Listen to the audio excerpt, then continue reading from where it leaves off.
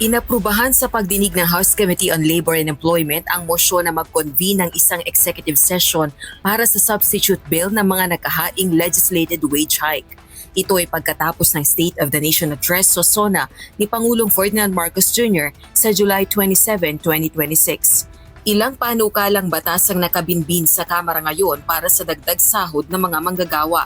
Kabilang na ang nasa 100 hanggang 1,200 pisong halaga ng wage increase. Mr. Chair, may I move to convene an executive session after the SONA to decide on the substitute bill on this for these proposed measures on wage hike. Mr. Chair. There is a motion to convene an executive session after SONA to decide on the substitute bill on wage. Any objection?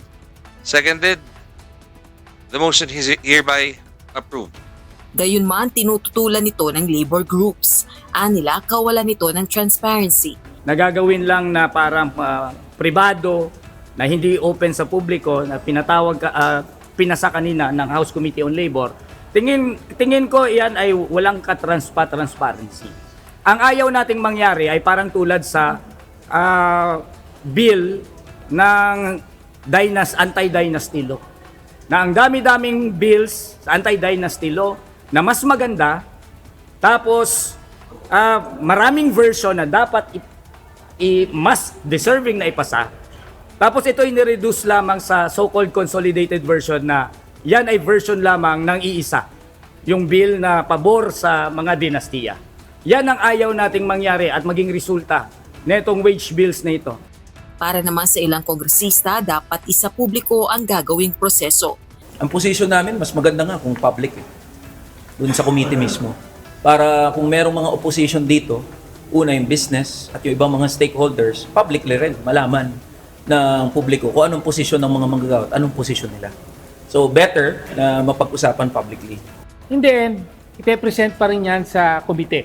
No? So kaya hindi pa rin makakalampas ang bill na to at di maaprubahan kung hindi dadalhin sa komite.